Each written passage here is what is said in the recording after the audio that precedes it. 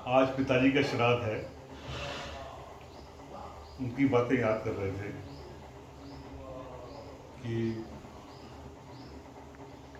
पहले national school में पढ़े, उसके बाद खालसा स्कूल खरड़ में, वहाँ से 10वीं की।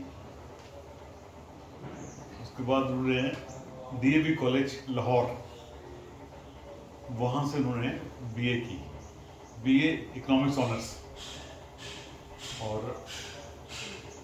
टॉप किया था वहाँ पे। वहाँ से जब वापस आए,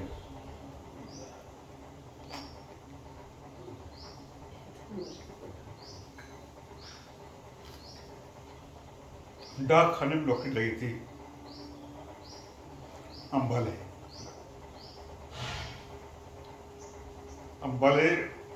वहाँ उन्होंने फिर कोई एग्ज़ाम दिए और मिनिस्ट्री ऑफ फाइनेंस में एज ए स्टेनो लगे रहे।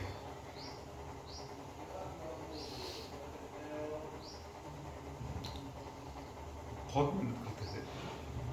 वहाँ से एग्ज़ाम पास किए, SAS का एग्ज़ाम पास किया, SAS सीनियर अकाउंट सर्विसेज, उससे वो असिस्टेंट अकाउंट्स ऑफिसर बने और फिर बहुत टाइम अकाउंट्स ऑफिसर रहे। 61 में पिताजी दिल्ली के ट्रेजरी ऑफिसर बन गए थे। There was only one treasury in Delhi and वो ट्रेजरी ऑफिसर बन गए थे और वहीं पे सबको पेंशन मिलती थी। हम बताते हैं कि भाई पहले बहुत लंबी लंबी लाइनें लग जाती थी पेंशन लेने के लिए, तो जो सबसे बड़ी उन्होंने इम्प्रूवमेंट की वो ये थी कि भाई पेंशनर्स को बहुत आराम दिया, जो आया सैलरी अपना पेंशन ले जाए, कोई दिक्कत नहीं। उषा बंदी की शादी भी तब हुई जब वो ट्रेजरी ऑफिसर थे। अपनी जिंदगी में कभी आराम नहीं किया। पहले नित्यानंद मामा की दुकान में काम करते रहते थे, उसके बाद अपनी 1955 में 54 या 55 में ऊषा सिलाई मशीन और पक्के की एजेंसी शांति स्वरूप जी के थ्रू ले ली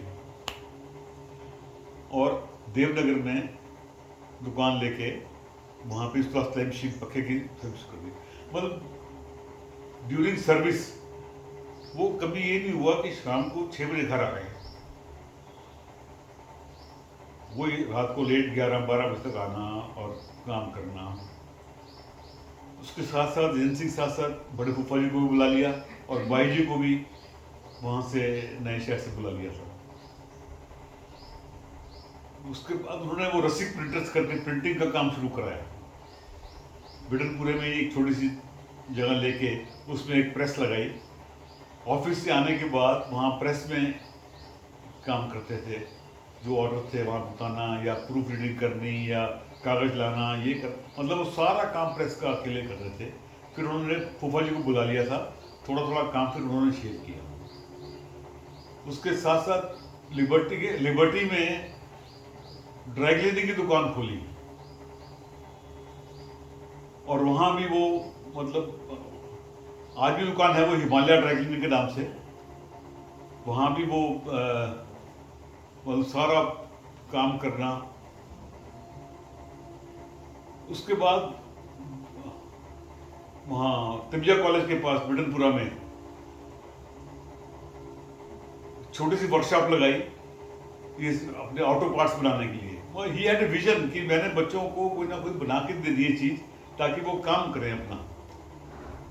तो वहाँ पे वो कश्मीरी गेट से माल लाना और कश्मीरी गेट जाके माल दे के आना, ये करते रहे, वो बहुत किए। फिर हम रोड गली में रहते थे, उसी गली में डॉक्टर बाली की वो था गैरेज में ये रेवा के नाम से सिलाई मशीनें असेंबल करते रहे। सारा सामान लेके आना, वहाँ लेके असेंबल करवाना, असेंबल करके फिर वहाँ नई सड़क दे के आने। और शॉर्ट में ये कह रहा हूँ कि कभी उन्होंने ये आराम नहीं किया, हमेशा हमेशा कोई ना कोई काम सभी के साथ करते रहे।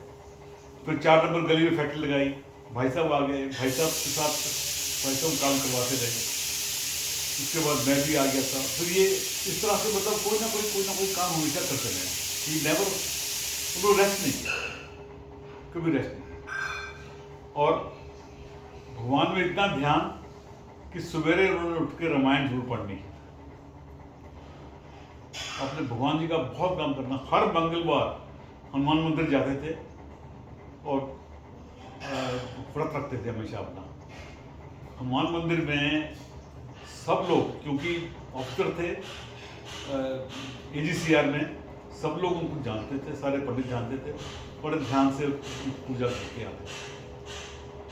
बहुत मतलब नवरात्रों में व्रत रखने और बड़े सख्त व्रत रखने, ये रही है जिंदगी उनकी हमेशा। रिटायरमेंट के बाद चित्रकूट चले गए।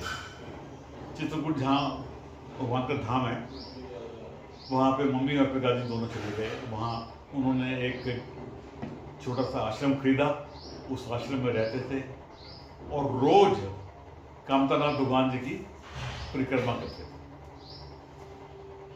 जब कभी आना वहाँ से बहुत रौनक होती जाती घर पे, और हर एक को ड्यूटी लगाते थे कि तूने ये करना है, तूने ये करना है, तूने ये करना है। अकेले जाना उन्होंने या मम्मी के साथ जाना, इतना सामान लेके जाते थे वहाँ पे। तो होम्योपैथी की दवाइयाँ, होम्योपैथी डॉक्टरी कर रखी थी उन्होंने, होम्योपैथिक की दवाइयाँ बांटनी वहाँ पे चित्रकूट में और परिक्रमा करने। मतलब थ्रू आउट द लाइफ बहुत एक्टिव है, बहुत एक्टिव है वो। मेरी प्रभु से ही प्रार्थना है, जहाँ भी हो पिताजी और मम्मी दोनों के दोनों बहुत ही आनंद से हो, मोक्ष में हो, बहुत ही आनंद से हो। जय श्री